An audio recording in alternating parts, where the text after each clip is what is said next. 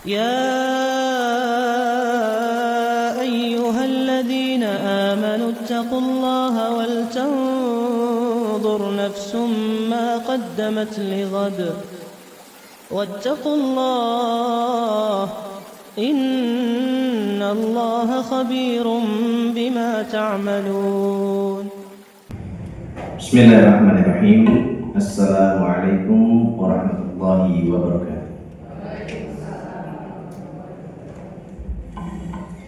Innal hamdalillah nahmaduhu wa nasta'inuhu wa nastaghfiruh wa na'udzu billahi min syururi anfusina wa min sayyiati a'malina. Man yahdihillahu fala mudilla lahu wa man yudlil fala hadiya lahu. Asyhadu an la ilaha illallah wahdahu la syarika lah wa asyhadu anna Muhammadan 'abduhu wa rasuluhu. Ya ayyuhalladzina amanu taqullaha haqqa tuqatih wa la tamutunna illa wa antum muslimun. Ya ayyuhan nasu taqu rabbakumul ladzi khalaqakum min nafsin wahidah wa khalaqa minha zawjaha wa batha minhuma rijalan katsiran wa nisaa'a wattaqullaha alladzi tasaaluna bihi wal arham innallaha kana 'alaikum raqiba. Ya ayyuhalladzina amanu taqullaha wa qulu qawlan sadida yuslih lakum a'malakum wa yaghfir lakum dzunubakum wa may yuti'illaha wa rasulahu faqad faza fawzan 'azima. Amma ba'd. Akhwati fid din, azanallahu wa yakunna. Alhamdulillah, kita bersyukur kepada Allah Subhanahu wa taala atas segala nikmat yang Allah Subhanahu wa taala berikan kepada kita, sehingga kita bisa berjumpa kembali dalam rangka menuntut ilmu agama di salah satu masjid dari rumah Allah Subhanahu wa taala. Semoga Allah Subhanahu wa taala memasukkan kepada kita ke dalam golongan yang disabdakan oleh Rasulullah sallallahu alaihi wasallam, "Majtama'a qaumun fi baitin min buyutillah yatluna kitaballah wa yatadarasuna bainahum illa nazalat 'alaihim sakinah wa ghasyiyatuhumur rahmah wa hafadhumul malaikah wa dzakarallahu fi man 'indah." Semoga Allah memasukkan kita ke dalam kelompok yang disebutkan oleh Nabi SAW, barang siapa suatu kaum yang dia berkumpul di salah satu dari rumah Allah Subhanahu wa taala, yaitu masjid, dalam rangka mentadabburi Al-Qur'an, mempelajari ilmu agama, mendengarkan tilawah Al-Qur'an, maka mereka akan mendapatkan ketenangan. Mereka akan diberikan rahmat oleh Allah Subhanahu wa taala. Para malaikat akan menaungi mereka dan Allah akan membanggakan mereka di hadapan makhluk-makhluknya yang mulia, yaitu para malaikat. Maka bersyukur, alhamdulillah, kita bisa digerakkan hati kita oleh Allah ke masjid untuk menuntut ilmu agama. Akhwati fiddin, azanallahu wa yakunna. Pada kesempatan pagi hari ini, insya Allah kita akan membahas suatu tema yang berkenaan dengan keteladanan, berjudul Ibu dan Keteladanan, Jalan Menuju Bahagia Dunia dan Akhirat. Akhwati fiddin, azanallahu wa yakunna. Allah Subhanahu wa ta'ala menyampaikan kepada kita, khususnya kepada seorang ibu. Allah Subhanahu wa taala berfirman, "Wa wassaynal insana biwalidayhi hamalathu ummuhu wahnan 'ala wahn wa fisaluhu fi 'amain." Kami perintahkan kepada manusia untuk berbuat baik kepada orang tuanya, di mana ibunya telah mengandung di dalam perutnya dalam keadaan lemah dan seiring waktu bertambah berat, dan menyapihnya dalam rentang 2 tahun. Ayat ini bukan hanya berbicara tentang kehamilan dan menyusui, tetapi tentang panjangnya perjalanan pengorbanan seorang ibu dalam kehidupan anak. Nah, keteladanan sebagai pondasi pendidikan. Islam tidak dibangun hanya dengan teori dan nasihat, akan tetapi dengan keteladanan yang hidup. Allah Subhanahu wa taala berfirman, laqad kana lakum fi Rasulillahi uswatun hasanah liman kana yarjullaha wal yawmal akhir wa dzakarallaha wa yarjullaha wal yawmal akhir wa dzakarallaha katsiran. Allah Subhanahu wa taala berfirman, sungguh pada diri Rasulullah yaitu Muhammad sallallahu alaihi wasallam terdapat keteladanan yang baik bagi kalian, bagi kita semua, yaitu bagi orang-orang yang mengharap rahmat Allah dan hari akhir, serta yang mengingat Allah Subhanahu wa taala dengan banyak. Surat Al-Ahzab ayat 21. Jika Rasulullah sallallahu alaihi wasallam adalah teladan bagi umat, maka di dalam rumah ibu adalah teladan bagi keluarga. Anak-anak belajar tentang Allah dari ibunya. Anak-anak belajar tentang sabar dari ibunya. Anak-anak belajar akhlak dari ibunya. Maka amanah besar orang tua adalah sebagaimana yang disabdakan oleh Nabi sallallahu alaihi wasallam, kullu mauludin yuladu 'alal fitrah fa abawahu yuhawwidanihi aw yunassiranihi aw yumajjisanihi. Setiap anak dilahirkan dalam kondisi fitrah, itu kondisi putih bersih, seperti kertas yang kosong tanpa noda coretan. Maka kedua orang tuanya lah yang menjadikannya Yahudi, Nasrani ataupun Majusi. Orang tuanya lah yang menggambar kertas putih yang ada, sehingga anak itu adalah hasil dari orang tuanya. Di mana Rasulullah Shallallahu Alaihi Wasallam tadi menyebutkan anak yang terlahir di dunia dalam keadaan putih bersih. Kalau anak itu nakal, atau anak itu bandel, atau anak itu menentang atau durhaka, maka yang salah bukan anaknya, akan tetapi orang tua. Banyak faktor yang mempengaruhi. Banyak faktor yang mempengaruhi anak itu durhaka atau lain sebagainya. Akan tetapi pada asalnya anak ini putih bersih tanpa ada noda sedikit. Yang mewarnai adalah orang tuanya. Yang memberikan warna anak tersebut adalah orang tuanya. Cara berpikirnya, cara tindakannya, tingkah lakunya. Maka orang tualah yang paling bertanggung jawab terhadap Hadis ini juga menunjukkan bahwasanya orang tua adalah penentu arah.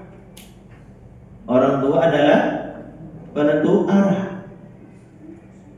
Seperti kapal yang dia kosongan. Nakodanya lah yang menentukan arah. Dan ibu adalah pendidik pertama yang paling dekat dengan anak. Sehingga keteladanan yang harus bertanggung jawab ya, untuk diberikan kepada anak adalah keteladanan seorang ibu. Dan perlu diketahui para akhwati fiddin, akhwati fillah, a'azani Allah wa ayakunna, bahwasanya keteladanan lebih kuat daripada nasihat. Allah Subhanahu wa taala berfirman, "Ya ayyuhalladzina amanu lima taquluna ma la taf'alun? Kabura maqtan 'indallahi an taqulu ma la taf'alun." Allah mengingatkan kepada kita, wahai orang-orang yang beriman, mengapa engkau mengatakan sesuatu yang engkau tidak kerjakan? Sungguh sangat besar kemarahan Allah. Ya, sungguh sangat besar kebencian Allah bagi orang yang mengatakan apa yang tidak dia kerjakan. Dan ayat ini sangat dekat dengan dunia orang tua. Ayat ini sangat dekat, sangat erat kaitannya dengan hubungan dunia orang tua. Karena di rumah nasihat tanpa teladan akan kehilangan pengaruhnya. Sementara teladan tanpa banyak kata akan lebih membekas kuat di dalam hati seorang anak. Mungkin kita masih ingat apa saja yang dilakukan oleh orang tua kita. Bahkan bisa jadi di antara kita semua, kebiasaan-kebiasaan yang kita lakukan saat ini itu adalah kebiasaan yang orang tua lakukan dulu. Kita melihat orang tua sering ke sawah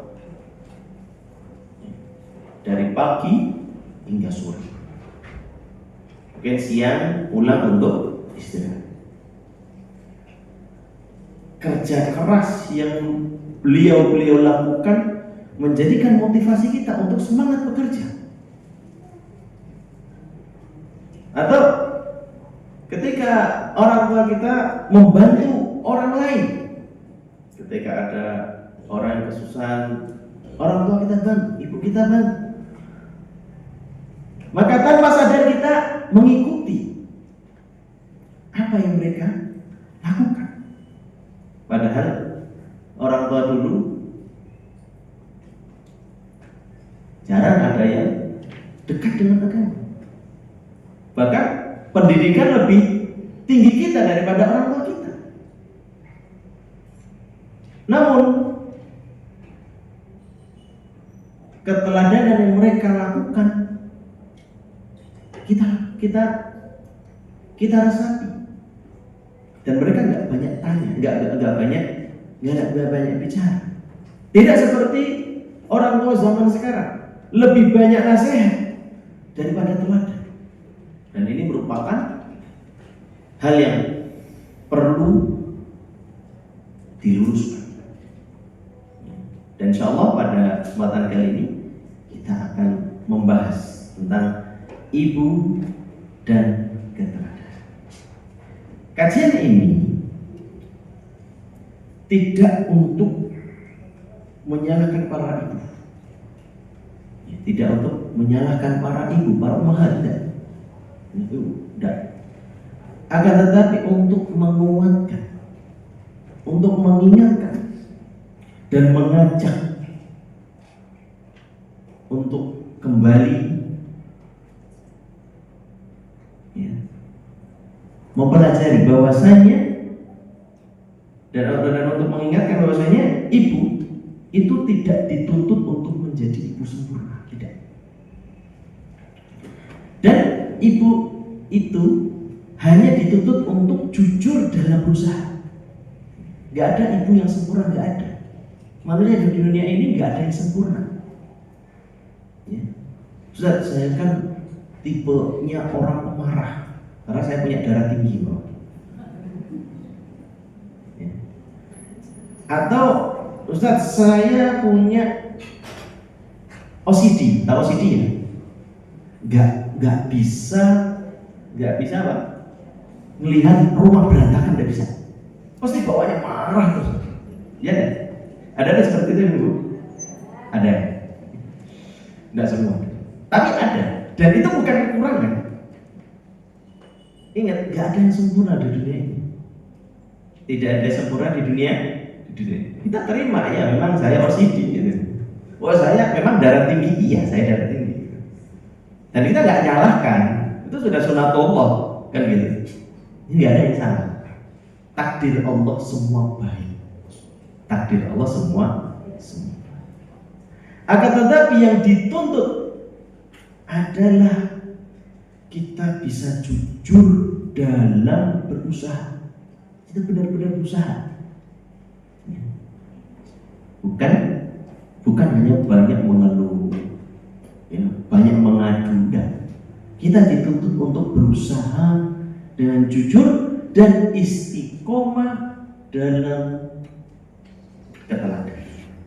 Insyaallah pembahasan kali ini, ya, kita akan belajar bersama bagaimana keteladanan seorang ibu bisa menghadirkan ketenangan di dalam rumah, menumbuhkan iman di hati anak, dan menjadi sebab kebahagiaan dunia serta keselamatan di akhirat. Itu tujuan kita belajar pada pagi hari ini, dimana kadang kita merasa rumah yang besar, yang luas, fasilitas lengkap, kulkas terisi penuh, ya, perabot rumah tangga lengkap, ya, bahan masak tersedia, ya, ada kolam renang di dalam rumah, di tengah ruang tamu ada kolam renang umpama. Tapi kenapa ketenangan tidak hadir di dalamnya? Ketenangan tidak hadir dalam rumah tersebut. Tetapi di sana, di satu sisi yang lain, ada rumah yang sempit, yang mungkin ala kadarnya, gubuk di tengah sawah.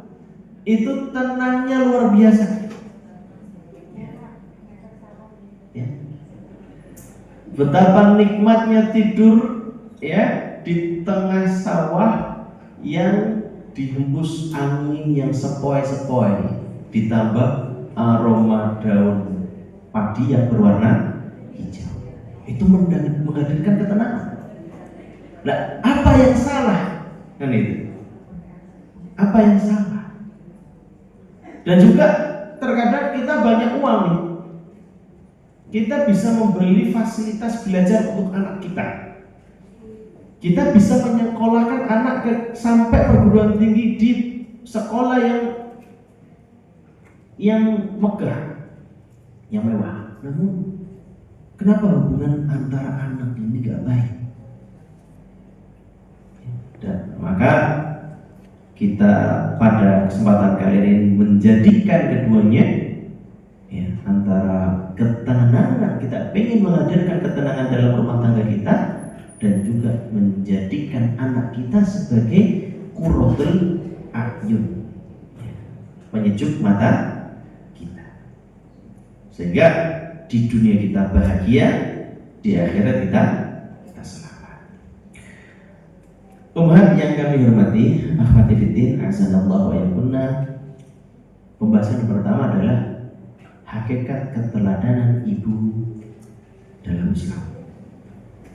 Keteladanan adalah metode pendidikan utama dalam Islam. Ya. Rasulullah SAW mengatakan apa? Bu itu liutamima makarimal akhlak. Aku diutus oleh Allah untuk menyempurnakan akhlak. Dan Rasulullah SAW ini menjadi uswatun hasanah, suri tauladan yang baik. Bagaimana mungkin agama yang muncul ya hanya sekitar berkembang hanya 23 tahun itu bisa langgeng sampai saat ini, sampai 1400 sekian tahun, dan itu masih ada yang itu agama yang otentik, tidak ada perubahan. Sedangkan agama-agama lain ya sudah berubah ya. Maka hal ini salah satu penyebabnya adalah ada uswah, yaitu Rasulullah SAW teladan yang kita jadikan acuan. Islam tidak mendidik umatnya hanya dengan perintah dan larangan. Gak ada gak ada perintah, gak hanya mengajarkan, gak ada mendidik kita dengan perintah dan larangan, tidak. Akan tetapi dengan contoh nyata yang hidup. Allah Subhanahu wa taala menegaskan bahwasanya keteladanan adalah metode ilahiyah dalam pendidikan manusia. Allah Subhanahu wa taala berfirman dalam surat Al-Ahzab ayat 21, "Laqad kana lakum fi Rasulillahi uswatun hasanah liman kana yarjullaha wal yawmil akhir wa dzakarallaha katsiran." Seperti yang kita sebutkan tadi.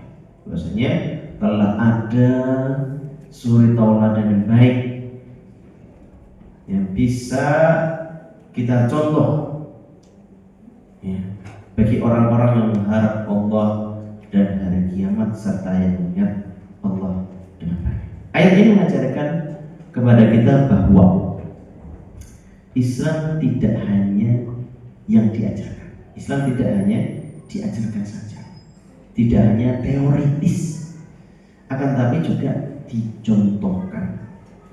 Jika Rasulullah SAW itu adalah teladan bagi umat, maka sekali lagi ibu adalah teladan pertama bagi anaknya di rumah.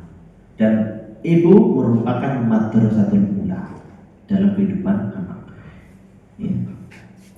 Sebagaimana perkataan penyair, al-ummu madrasatul ula idza a'datta sya'ban thayyibal a'rab.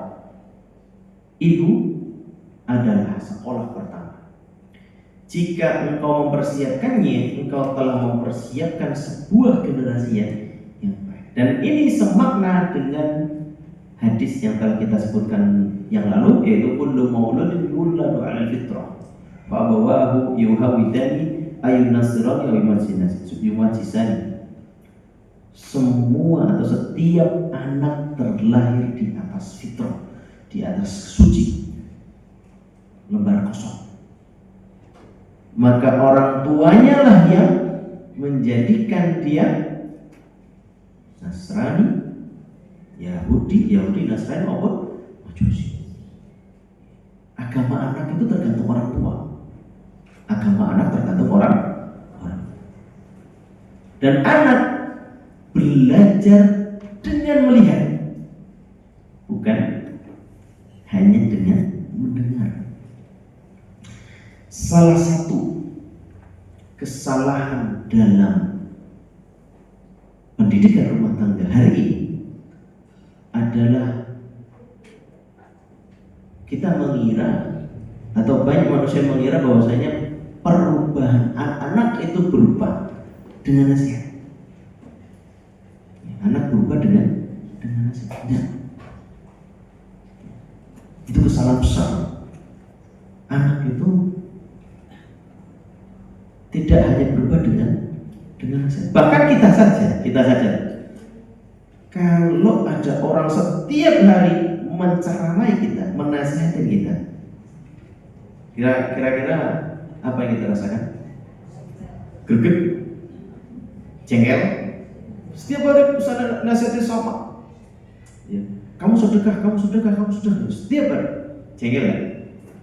Apalagi orang yang nasihati kita tidak mengamalkan sholat, dia nggak sholat. Sedekah, dia nggak sedekah. Jengkel nggak kita?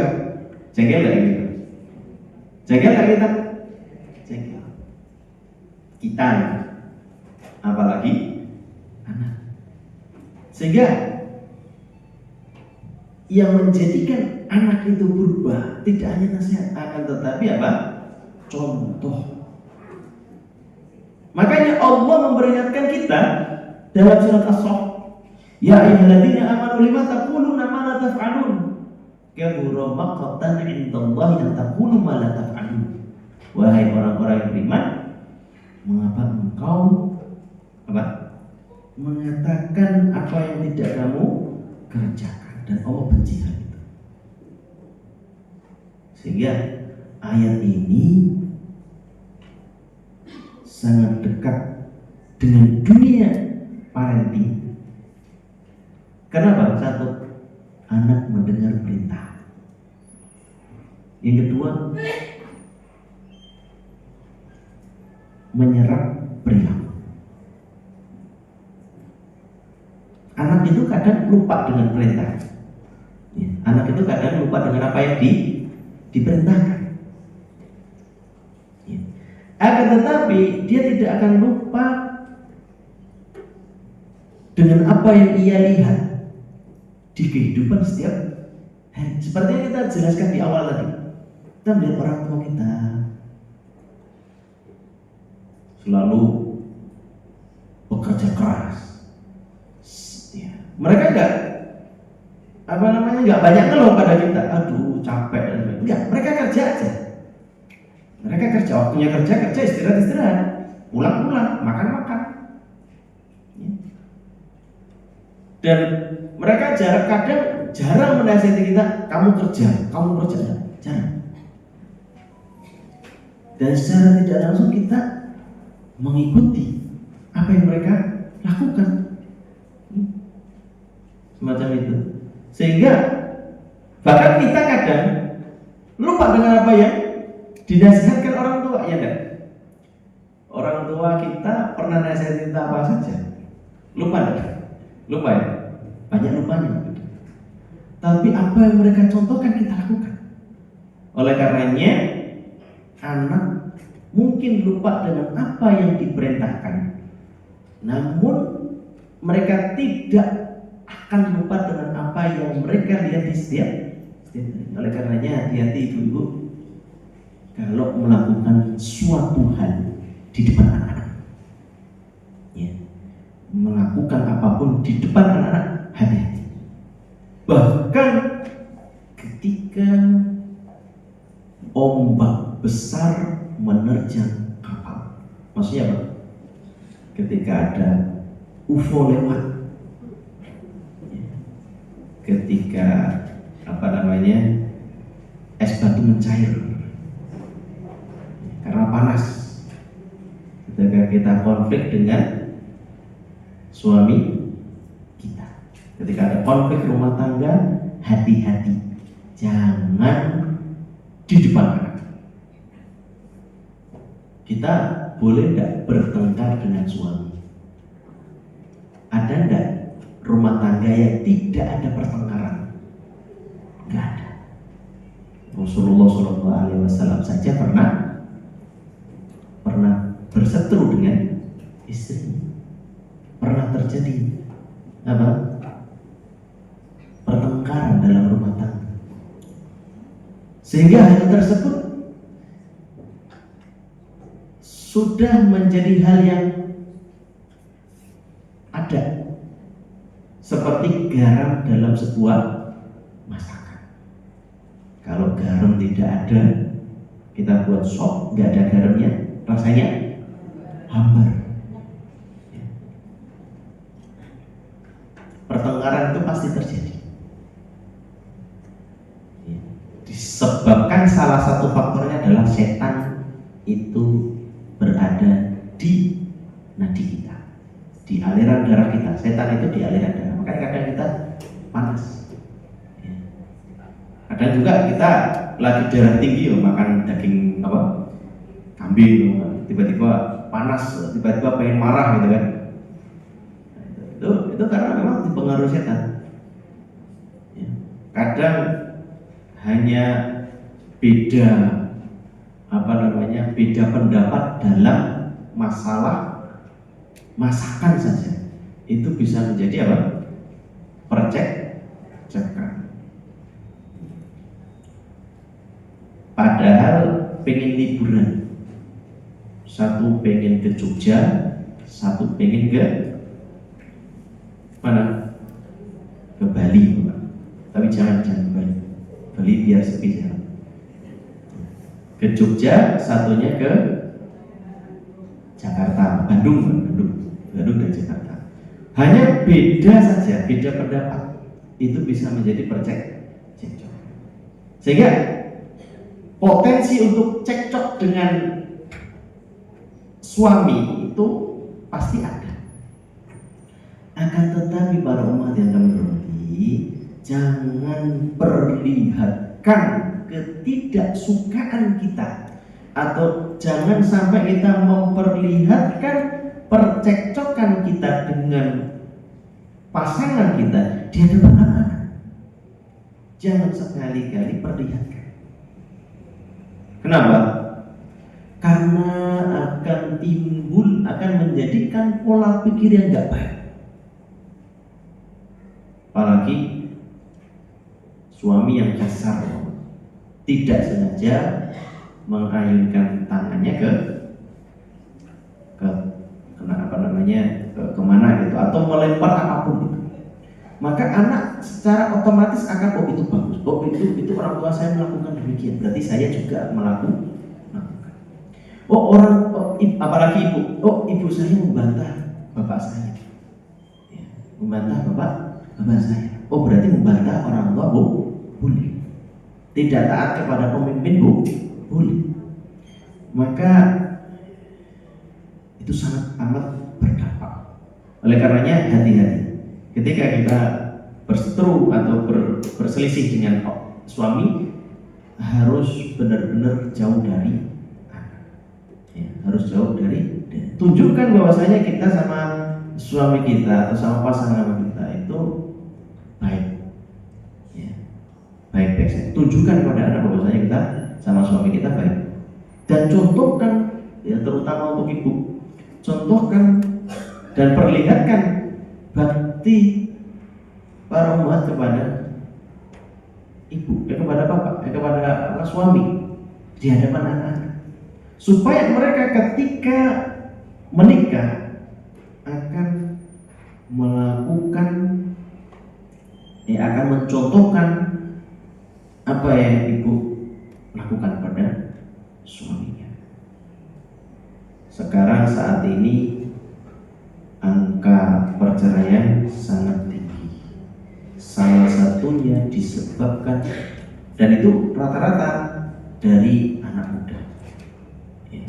Baru belum sampai 5 tahun sudah banyak yang cerai. Di tempat saya banyak, di Tuban saya banyak. Tuban, Bojonegoro menempati urutan salah satu tertinggi. Dan rata-rata kebanyakan dari anak umur 20-25 yang nikah muda. Nikahnya itu belum genap 5 tahun. Disebabkan apa? Karena itu tadi, dia nggak bisa memanage konflik, manajemen konflik tidak bisa. Ini penting bagi ibu-ibu juga bahwasanya mengajarkan kepada anak-anak kita manajemen konflik. Konflik itu pasti ada, diajari manajemennya, memanagenya itu diajari. Tidak hanya diajari, dipraktekin. Oleh karenanya, keteladanan seorang ibu itu adalah amanah, bukan pilihan. Sekali lagi, keteladanan seorang ibu itu adalah amanah, bukan pilihan. Pilihan Ustaz, saya mau pilihan. Ya sudah, nggak punya anak. nggak usah punya anak kalau mau milih kan. Jadi keteladanan seorang ibu itu adalah amanah, bukan pilihan. Sebagaimana Rasulullah SAW mengatakan, wal mar'atu ra'iyatun fi baiti zawjiha wa mas'ulatun an ra'iyatiha. Seorang wanita itu adalah pemimpin di rumah suaminya dan ia akan dimintai pertanggungjawaban atas kepemimpinannya. Dan perlu diketahui dan kita sadari bersama, ibu itu memegang peran penting di sebuah rumah. Betul atau betul? Betul. Kalau ibunya tidak amanah, maka rumah tangga itu akan bisa terbalik. Ya, ABG-nya atau anak-anaknya bisa bercerai-berai. Sehingga pertanggungjawaban seorang ibu atau pertanggungjawaban amanah seorang ibu di rumah itu bukan soal makanan, ibu masak enggak itu, pakaian nyelipet-lipet enggak itu, atau kebersihan rumah enggak, bukan itu yang dimaksud. Bukan itu yang dimaksud dengan amanahnya. Ya, makan, menyiapkan makan, pakaian, membersihkan rumah itu bukan itu yang paling utama. Yang paling utama adalah menyiapkan atau mendidik keimanan anak, mendidik akhlak atau membentuk akhlaknya anak, dan menjaga hubungan anak dengan Allah Subhanahu wa Ta'ala. Pada zaman sekarang itu anak lebih banyak main gadget daripada bermain dengan orang tua. Mereka lebih nyaman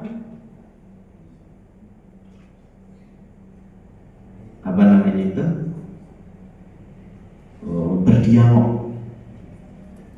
Anak-anak lebih nyaman curhat dengan orang lain. Kalau sekarang ada istilah ChatGPT atau Gemini, ya. Dan apa yang ditanyakan pasti dijawab. Apa yang kita ceritakan pasti didengar, bahkan diberikan solusinya. Sehingga hal ini bisa menambah jarak antara kita dengan anak kita. Nah, kalau kita nggak menjaga keimanan, ibu-ibu nggak mendidik akhlak mereka, nggak memberikan contoh kepada mereka, maka kita akan kehilangan anak-anak kita. Ibu-ibu mau anak-anak lebih perhatian kepada selain kita. Apalagi kalau kita sudah tua, sudah sepuh, pengennya diperhatikan oleh anak, ya. Maka harus kita jaga amanah. Keteladanan seorang ibu sangat-sangat dituntut. Alhamdulillah, akhwati fiddin, keteladanan ibu, keteladanan seorang ibu menentukan arah kebahagiaan dunia dan akhirat, di mana Allah menjadikan rumah itu sebagai tempat sakinah, bukan hanya tempat tinggal. Sakinah itu apa?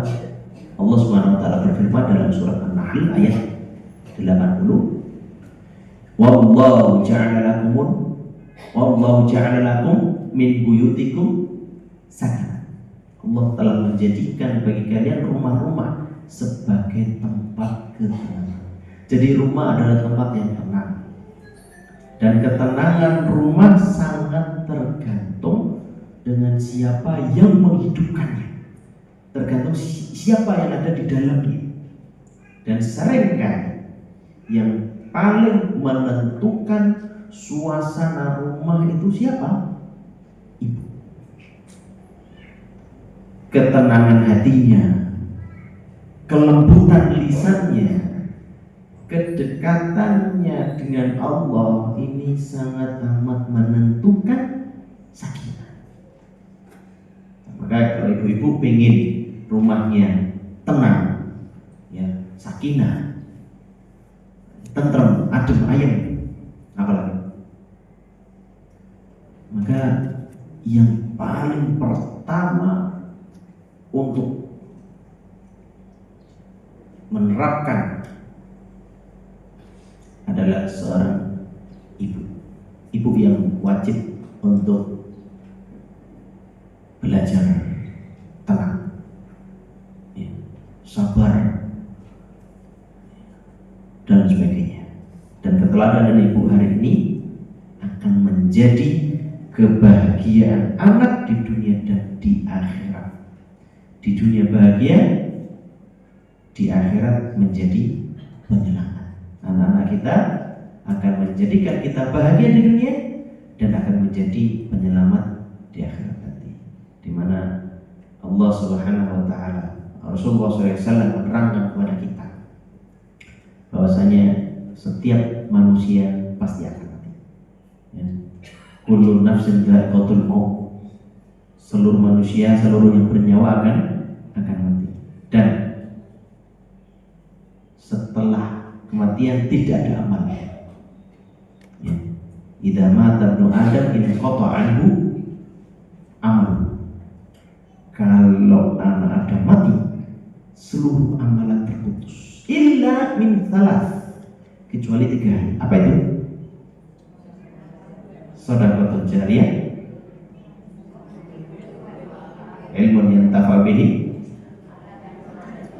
wa waladun shalih yad'u lahu. Ada 3 hal yang tidak akan terputus pahalanya. Yang pertama, apa tadi? Sedekah jariyah. Sedekah, memberikan harta kita, memberikan apa yang bisa kita berikan kepada orang lain dengan niat Allah Subhanahu wa taala. Bahkan senyum kepada orang lain pun itu sedekah. Ya. Namun sedekah jariyah akan lebih mengalirkan pahala, dan banyak sedekah jariyah banyak. Yang kedua, ilmu yang tafa'u bihi, ilmu yang bermanfaat, yang dimanfaatkan untuk kebaikan. Ilmu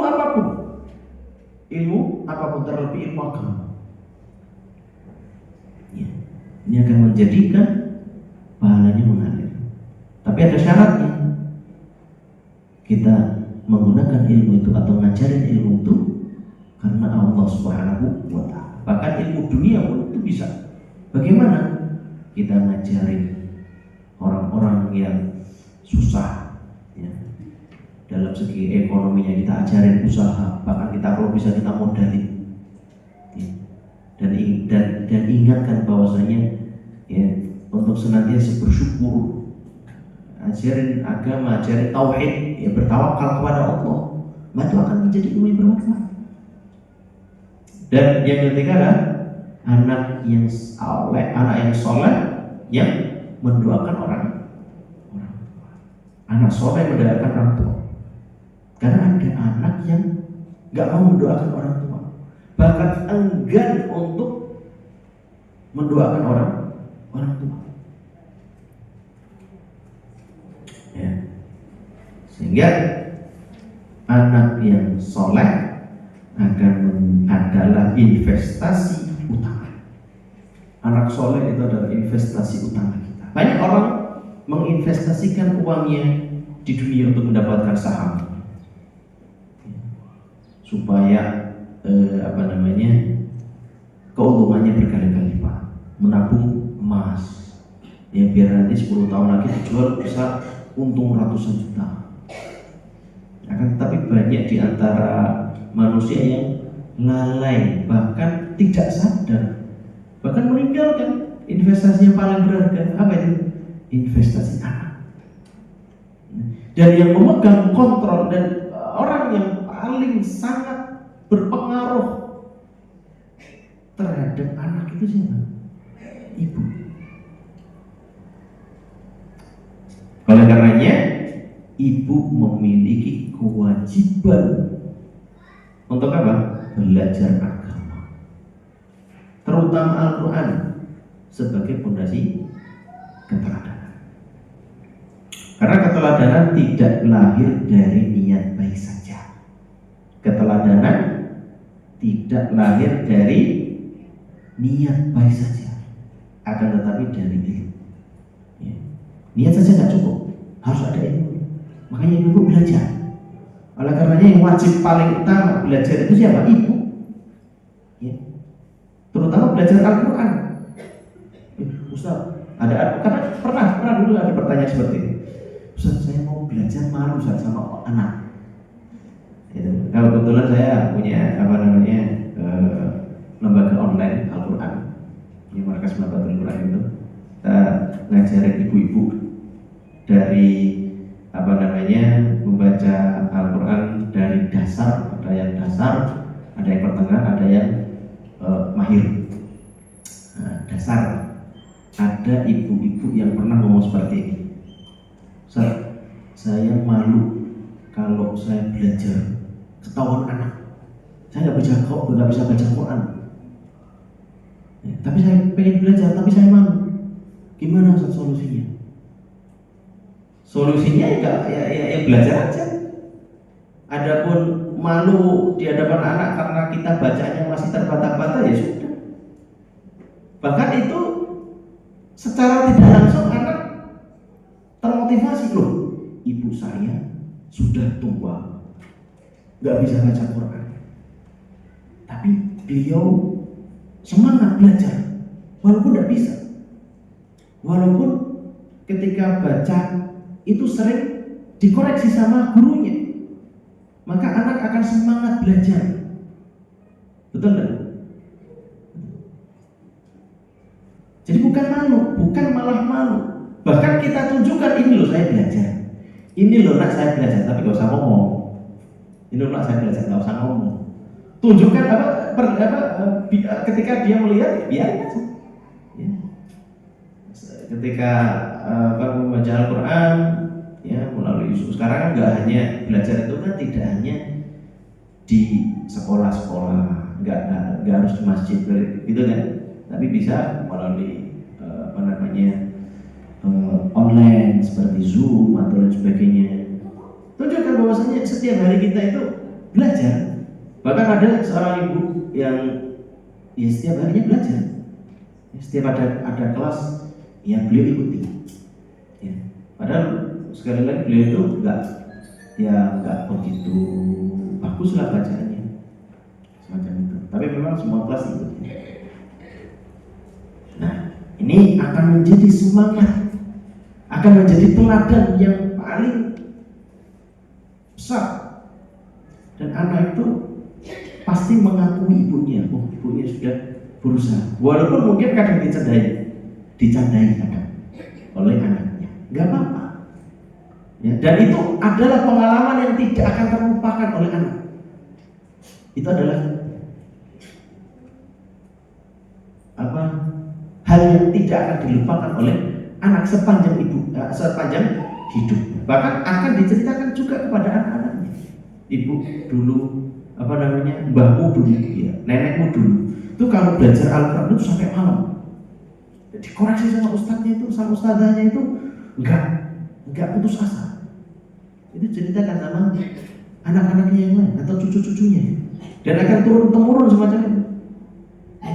Dan itu lebih terasa daripada kita nyuruh, ayo kamu belajar Al-Quran. Kalau nggak belajar Al-Quran, tak pukul kamu, nggak bisa. Hati itu tidak bisa dipaksa. Hati itu tidak bisa dipaksa. Badan boleh dipenjara, hati nggak bisa dipaksa. Hati nggak bisa dipenjara. Oleh karenanya, kewajiban kita atau khususnya ibu-ibu belajar itu lebih utama. Dan belajar sekali lagi tidak hanya di masjid. Kita kalau ada kajian di masjid, belajar ke masjid. Tapi kalau nggak ada jadwal di masjid, ya belajar di rumah melalui Zoom. Dan sekarang Masya Allah dengan wasilah online saat ini banyak sekali kelas akidah, fikih, bahasa Arab, banyak sekali. Terutama Al-Quran yang paling utama. Ya, dan banyak sekali kelas-kelas yang dari dasar ada, pertengahan ada, mahir ada, dan grup-grupnya masing-masing ada. Tinggal kita masuk saja. Tapi pilih salah satu. Jangan salah masuk grup. Jangan salah masuk grup belajar. Karena apa? Karena kalau kita salah masuk grup belajar, contoh nih, ini kita masuk di grup belajar Al-Quran khusus pengajar, ya mahir-mahir lah. Koreksinya itu luar biasa. Contoh kita baca Bismillahirrahmanirrahim, menurut kita udah bener, kok tetap disalahkan? Gitu. Apalagi ditanya hukum-hukumnya. Kalau kita salah, kalau kita salah masuk grup, apa yang kita lakukan? Kita ketika dikoreksi seperti itu, pasti kita protes, kok saya ini, dan lama-kelamaan akan futur. Ya, padahal kemampuan kita mungkin baru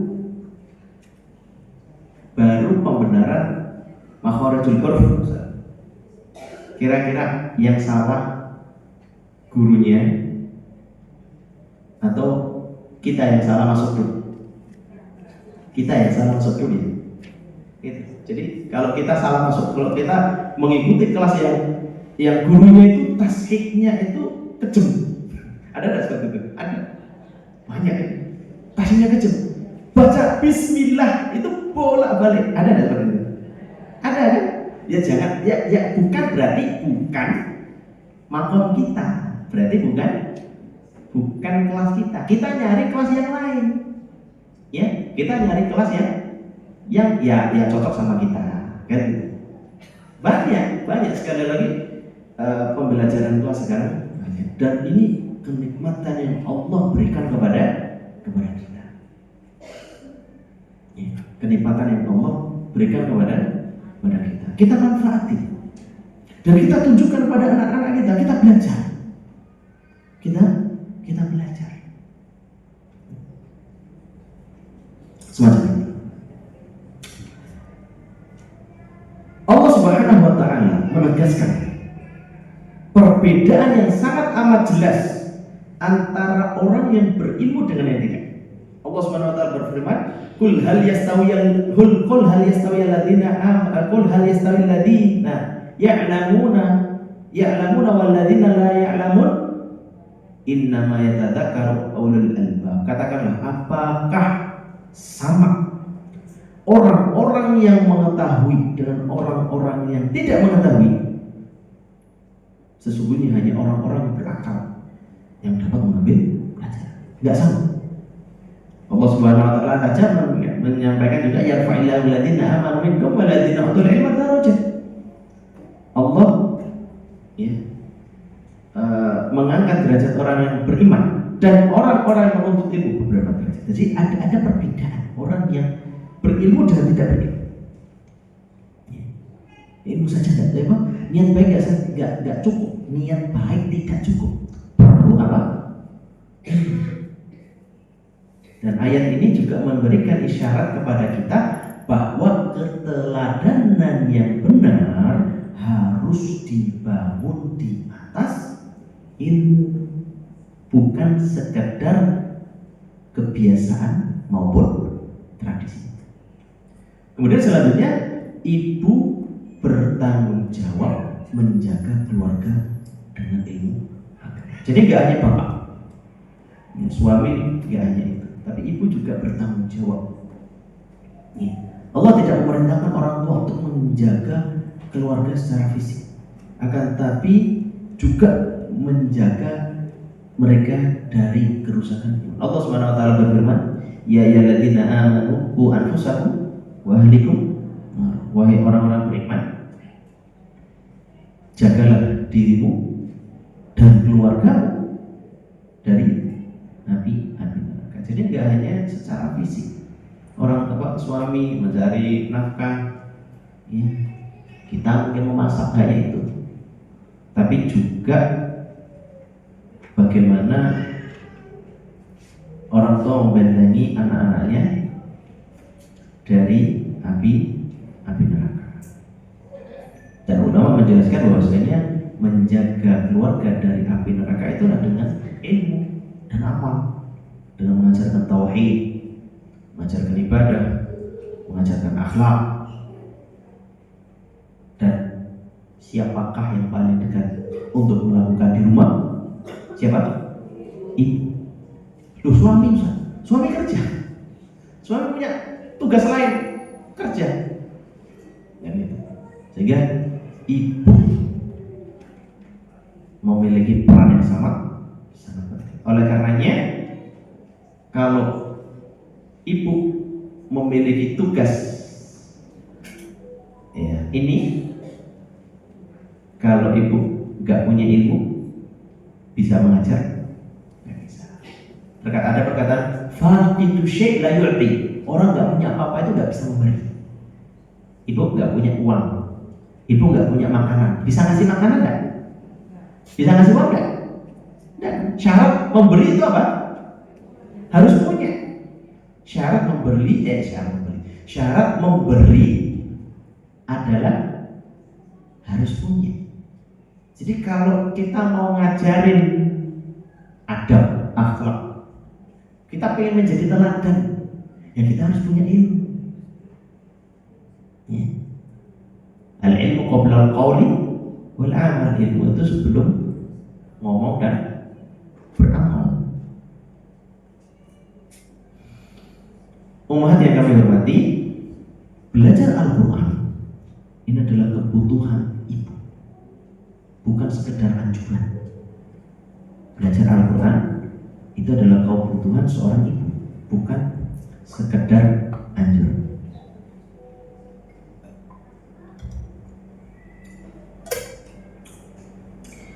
Dan Al-Quran itu, belajar Al-Quran tidak hanya untuk anak-anak di TPQ, ya, tidak hanya untuk santri-santriwati di pesantren atau ustadz yang di mimbar, tidak. Akan tetapi Al-Quran ini untuk seorang mukmin, dan Al-Quran merupakan petunjuk hidup seorang muslim, termasuk ibu yang berada di rumah tangga. Allah Subhanahu wa taala berfirman, "Inna hadzal Qur'ana yahdi lillati hiya aqwam." Sesungguhnya Al-Quran ini memberikan petunjuk kepada jalan yang paling lurus. Bagaimana ibu akan mengarahkan anaknya ke jalan yang lurus kalau dia sendiri jarang belajar atau jarang berjalan bersama Al-Quran?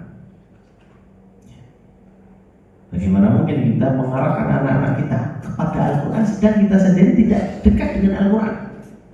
Oleh karenanya ibu-ibu kalau pengen ngajarin anak-anak Al-Quran, ya kita harus bermuamalah dengan Al-Quran, belajar dengan Al-Quran.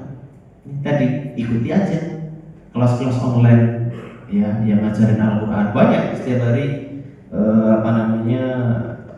Belajar ada. Apalagi insya Allah di beberapa bulan ke depan, kurang lebih 2 bulan ya, atau 50 hari ya, kita memasuki bulan Ramadan.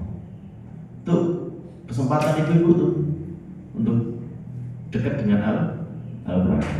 Atau mungkin pengen belajar bersama, insya Allah di bulan Ramadan banyak. Ya, kita insya Allah buka kegiatan tasbih tilawah dari pagi sampai malam ada, ya, 1 hari penuh ada, ya, online. Ikuti aja, ya, tunjukkan pada anak bahwasanya ini saya ibu belajar Al-Quran, kamu juga belajar. Ibu membaca Al-Quran bersama-sama, kamu juga belajar. Begitu. Namun perlu diingat, jangan sampai kegiatan belajar kita ini mengganggu aktivitas utama kita. Itu apa? Mengurus rumah, memasak, ya, mencuci pakaian, menyetrika, bersih-bersih rumah. Jangan sampai kita dengan alasan saya belajar kemudian kita para umat meninggalkan kewajiban utama. Tidak juga, itu juga nggak benar. Terus yang benar bagaimana Ustaz? Ya berjalan beriringan. Sekali lagi, dengan teknologi yang Allah berikan kepada kita, kemudian yang Allah berikan kepada kita bisa belajar sambil masak. Kita bisa mendengarkan materi ketika kita nyapu. Kita bisa mendengar penjelasan guru kita, ya, atau mendengar koreksi bacaan teman kita ketika kita lagi menyetrika baju. Apakah salah? Apakah salah seperti itu? Enggak. Dosa ilmu itu kan harus dengar. Iya. Tapi kan bukan berarti kita harus diem di depan HP atau depan komputer atau depan laptop terus memperhatikan. Enggak juga kan? Enggak juga. Mungkin kita ada khususkan waktu untuk kita benar-benar fokus. Itu benar. Kita cari satu waktu khusus untuk benar-benar fokus belajar, menghadap komputer, laptop atau tab sambil mencatat. Nah itu ada waktu khusus, kita khususkan waktunya, khusus waktu belajar. Tapi setiap harinya ya sambil mendengarkan mengikuti kelas-kelas tahsin tadi, ya, mendengarkan bacaan teman-teman yang dikoreksi. Ketika ada teman dikoreksi bacanya kita, itu yang salah ya. Terus kita kan coba seperti itu. Jadi jangan sampai beralasan saya sibuk, saya belajar dari pagi sampai malam, maka saya tidak masak. Tidak juga, itu tidak benar juga. Ya. Yang benar bagaimana tadi? Khususkan satu waktu untuk belajar, kita mencatat. Sisanya ya kita masak sambil mendengarkan mengikuti kelas atau mengikuti channel YouTube, ya, atau lain sebagainya. Itu yang benar. Semacam itu. Kemudian keutamaan belajar Al-Quran bagi ibu-ibu, ya, sangat besar. Rasulullah SAW mengatakan, khairukum man ta'allamal Qur'ana wa 'allama. Sebaik-baik kalian adalah yang belajar Al-Quran dan orang mengajarkan Al-Quran. Dosa ini kan cocoknya untuk anak-anak santri, anak-anak santriwati. Kita nggak cocok, betul nggak? Betul nggak? Enggak. Rasulullah SAW nggak mengatakan gini, khairukum minatul labi, ya, minatul labati man ta'allamun al-Quran. Rasulullah nggak mengatakan yang sebaik-baik di antara kalian dari santri atau santriwati belajar Al-Quran dan yang mengajarkan Al-Quran. Tidak hanya untuk para ustadzah, untuk ibu-ibu pun masuk dalam hadis ini. Apalagi ibu-ibu belajarnya Al-Quran yang secara konsisten dan yang ngajarin teman-temannya Al-Quran, mengajak teman-teman ke rumah untuk belajar Al-Quran bersama, masuk. Itu kita sambil belajar juga ngajarin orang. Tapi jangan sekali-kali kita belajar atau mengajar untuk dipanggil ustadzah. Itu tidak benar. Itu tidak benar. Hati-hati. Kenapa? Karena itu merupakan fitnah. Kadang seorang itu punya ujiannya masing-masing. Ada orang yang kuat kalau dipanggil ustadzah, ya. Dia nggak ujub, dia nggak sombong, ya. Dan dia nggak mau dimuliakan dengan ucapan tersebut, tidak mau diistimewakan dengan lakop tersebut, ya. Maka dia kuat dengan sebutan ustadz. Tapi ada orang yang nggak kuat, ya.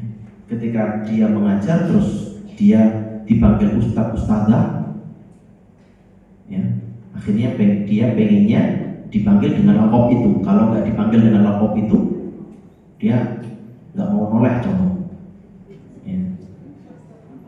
Atau Dia kalau nggak dipanggil ustadz atau ustadzah dia ngamuk. Ada semacam itu banyak, banyak. Ya benar. Kita belajar itu untuk apa? Untuk mengamalkan ilmu supaya hati kita tenang. Kita belajar itu untuk apa sih? Untuk mengamalkan ilmu kan? Untuk mendapatkan fadilah ilmu. Untuk Allah mengangkat derajat kita, tapi kita nggak pengen dimuliakan orang lain gitu. Nggak pengen. Kita pengennya dimuliakan oleh Allah. Kita pengen belajar ilmu ini untuk menenangkan hati kita, untuk menjadikan rumah yang kecil menjadi istana yang megah. Bagaimana itu? Ya tadi dengan hadirnya sakinah mawaddah warahmah dalam rumah tangga. Ya, anak-anak menjadi qurratul a'yun. Anak-anak menjadi penyejuk mata. Ya. Kita senang melayani suami dan suami senang melayani kita. Ya, pasangan saling melayani. Kalau ada konflik maka bisa saling ngadengin. Ya, ketika kita marah, pasangan kita mendinginkan. Ketika pasangan kita marah, kita yang mendinginkan. Itu loh tujuan ini. Bukan untuk menjadi ustadz atau ustadzah. Ya, sekali lagi, lakop itu adalah fitnah. Dan tidak semua orang itu kuat menghadapi fitnah tersebut. Ujian. Fitnah itu ujian, bukan fitnah ngadu domba ya. Ujian. Ya. Dan alhamdulillah tidak semua orang kuat dengan ujian semacam itu. Ada orang ujiannya dari harta, ada orang yang ujian dari hal yang seperti ini. Semacam ini. Maka kewajiban kita adalah belajar dan mengamalkan. Juga mendakwahkan dan sabar sebagaimana yang dikatakan oleh Syekh Muhammad At-Tamimi rahimahullah taala, "I'lam rahimakumullah annahu yajibu 'alaina ta'allum arba'in masail." Ketahuilah semoga Allah merahmatimu, ada 4 hal yang wajib bagi kita. Apa itu? Ilmu, wa al-amalu bih, amal, wa da'watu ilaih, berdakwah, mengajarkan, wa sabru 'ala adab, sabar dalam 3 hal. Sabar dalam mengamalkan 3 hal. Itu. Dengan belajar, ketika ibu-ibu belajar Al-Quran, maka akan mendapatkan pahala yang banyak dan akan masuk dalam hadis khairukum man ta'allama al-Quran wa 'allama. Dan hadis ini perlu diketahui, hadis ini tidak berkata, Rasulullah SAW mengatakan yang sudah lancar. Khairukum man qara'a, ya.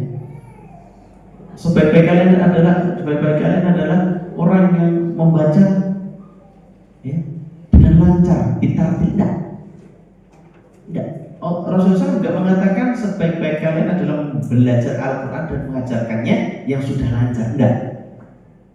Akan tetapi Rasulullah SAW menggunakan kata ta'allama ya, ta'allama belajar, ya. Yang belajar artinya apa? Kalau ibu-ibu, kalau kita gak lancar bacanya, tetap dapat pahala. Sebagaimana Rasulullah SAW mengatakan apa? Walladzi yaqra al-Quran, walladzi yaqra al-Quran wa yatata'ta fihi wa huwa 'alaihi syaq falahu ajrun. Seorang yang membaca Al-Quran wa yatata'ta itu terbata-bata. Kalau istilah Jawa Timurnya itu grontal gradul. Kalau sini apa? Terbata-bata itu apa kalau di sini? Kalau Jawa Timur itu grontal gradul. Ya.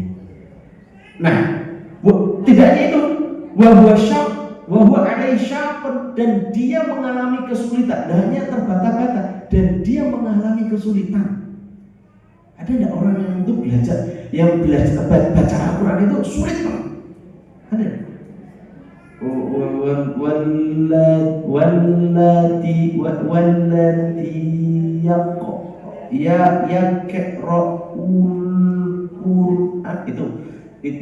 itu dia terbata-bata dan apa? Berat. Jadi orang yang membaca Al-Quran dengan terbata-bata dan dia merasa berat dalam membacanya. Ya, salah satu contohnya juga Pak, salah dalam makhraj. Dia tahu itu salah, tapi dia mau ucapin itu kok sulit gitu. Contoh, waqra'u pakai qaf, tapi dia bacanya waqra'u pakai kaf. Contoh, alhamdulillahirabbil alamin pakai a, tapi dia bacanya alamin. Kenapa? Karena dia sulit sekali mengucapkan a, ainnya sulit. Tapi dia tahu kalau dia bacanya alhamdulillahirabbil alamin itu salah. Tapi dia sudah mengucapkan huruf ain. Gimana solusinya? Berarti baca Ustaz, karena kalau bacanya alhamdulillahirabbil alamin itu berdosa. Gitu. Enggak. Beda cerita. Beda makom. Beda posisi. Seorang kalau memang punya keterbatasan, ya Allah kasih udzur pasti. Ya, pasti kasih udzur. Ya. Jadi jangan, kalau mama ibu-ibu yang mungkin umurnya 70, 80 sulit menghafal, sulit membaca Al-Quran, terus Ustaz saya ini disalahkan oleh guru saya, nanti kalau saya baca ini terus daripada saya berdosa, mending saya nggak usah baca. Ya nggak benar juga. Allah tahu kok kita itu sudah berusaha. Ya Allah itu tahu kita sudah berusaha. La yukallifullahu nafsan illa usaha. Allah nggak akan nggak akan membuat sesuatu seorang melebihi kemampuannya. Jadi tetap berusaha walaupun kita nggak bisa.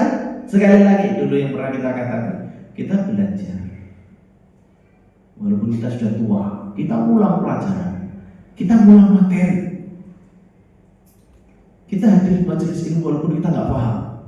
Tujuannya untuk apa? Husnul khotimah. Itu ya.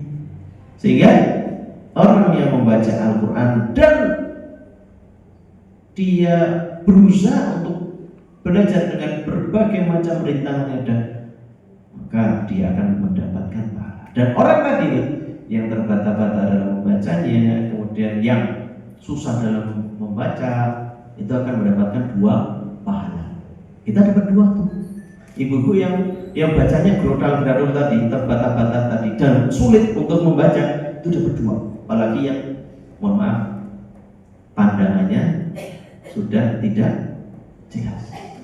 Kadang huruf dal dibaca huruf dal, huruf dal dibaca huruf zal. Ya enggak ibu-ibu? Ustaz, keterbatasan Ustaz, mata saya enggak. Apakah saya berdosa? Berdosa enggak? Enggak. Kita sudah berusaha maksimal. Ya gimana lagi? Dan Allah tahu kok, Allah lihat proses kita. Allah tahu. Ya. Allah lihat kita, usaha kita. Allah lihat usaha kita. Walaupun kita enggak dihargai manusia, tapi Allah menghargai. Ya. Apalah arti dari pujian manusia kalau itu akan menjadikan hati kita terbang tinggi ke angkasa dan kita mati di sana. Gak penting. Pujian manusia gak penting. Manusia itu gak penting. Pujian manusia tidak penting. Lebih penting ridho Allah Subhanahu wa taala. Jadi belajar untuk mendapatkan ridho Allah Subhanahu wa taala. Sehingga Islam tidak mencela keterbatasan. Sekali lagi, Islam tidak mencela keterbatasan, tapi Akan tetapi Islam memuliakan usaha. Ya, Islam memuliakan usaha. Dan usaha itu merupakan ibadah. Ikhtiar itu ibadah. Ada ikhtiar, ada tawakal. Dua ibadah itu dua ibadah. Ikhtiar, berusaha, tawakal, bersandar kepada Allah. Kemudian ibu-ibu yang kami hormati, ketika belajar Al-Quran, anak kita, ketika kita belajar Al-Quran, secara tidak sadar kita sedang mendidik anak kita tanpa kata. Oh itu loh ibu belajar Al-Quran. Ya. Padahal ibu tadi sulit yang membaca. Itu akan berimbas ke dalam sanubari anak. Dan kita hendaknya menghilangkan rasa malu dan takut untuk belajar. Sudah tua, sudah telat, malu kalah sama yang lain. Saya takut disalahkan. Ya kalau kita malu nggak akan dapat ilmu. Ya, maka kalau kita mengikuti suatu kelas, kita dapat koreksi dari ustadznya atau ustadzahnya berkali-kali, dan kita ketika membaca pasti disalahkan, terus kita mundur, sulit, susah, gurunya ini ribet. Sekali lagi, yang salah itu bukan gurunya, kita aja yang baperan.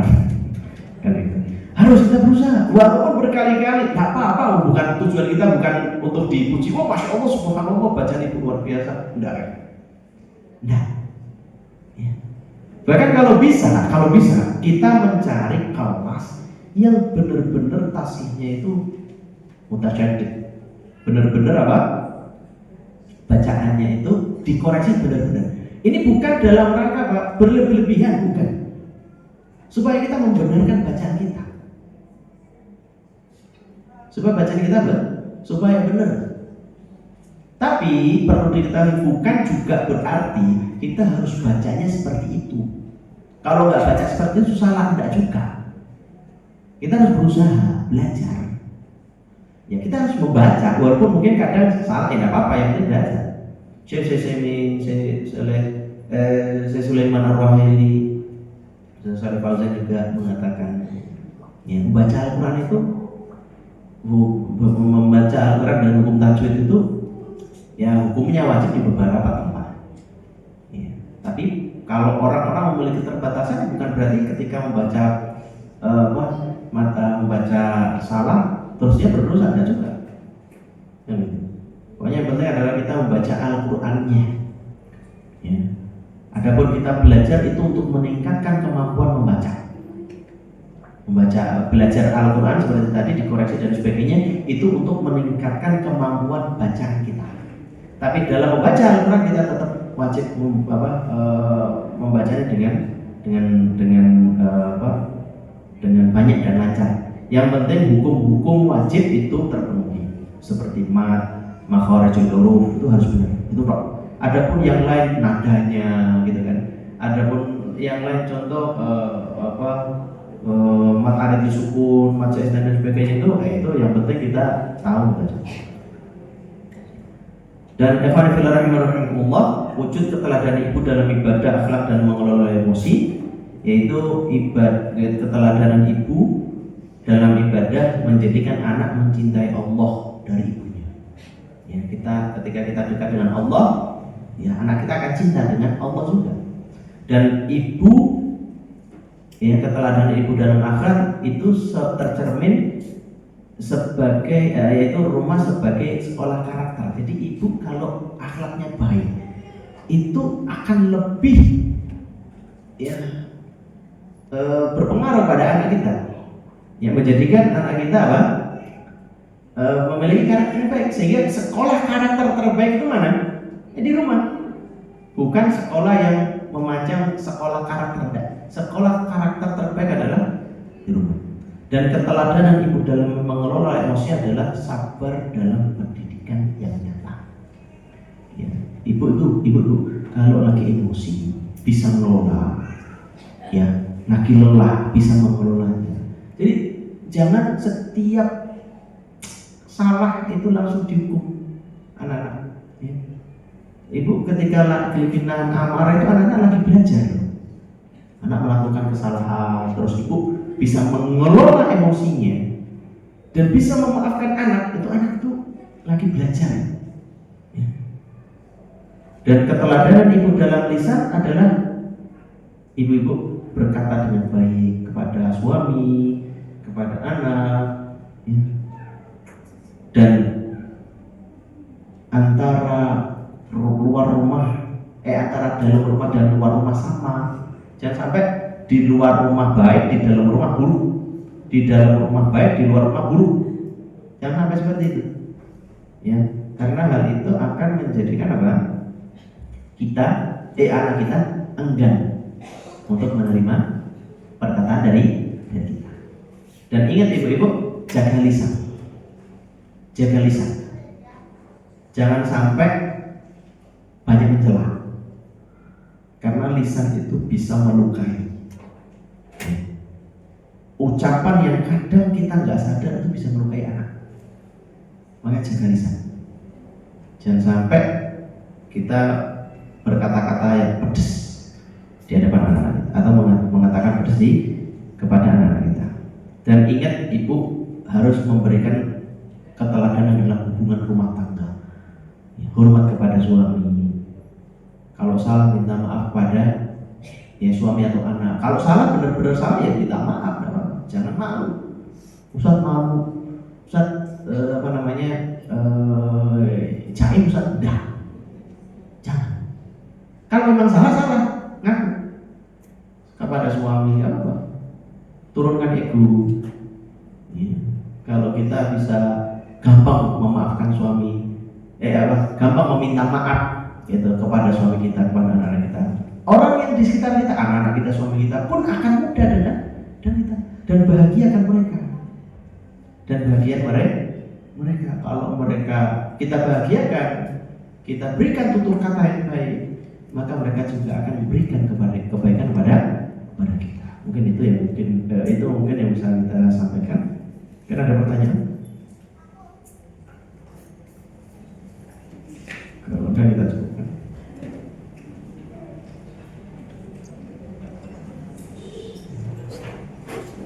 Tidak ada pertanyaan ya? Baik, semoga Allah Subhanahu wa Ta'ala berikan kita keberkahan, dan semoga Allah Subhanahu wa Ta'ala menjadikan kita mudah dalam segala urusan. Mohon maaf apabila ada kekurangan. Aku qouli hadza, astagfirullah li wa lakum wa lisa'iril muslimin innahu huwal ghafurur rahim. Kita tutup, kita akhiri dengan doa kafaratul majelis. Subhanakallahumma wa bihamdika, asyhadu an la ilaha illa anta, astaghfiruka wa atubu ilaik. Assalamualaikum warahmatullahi wabarakatuh.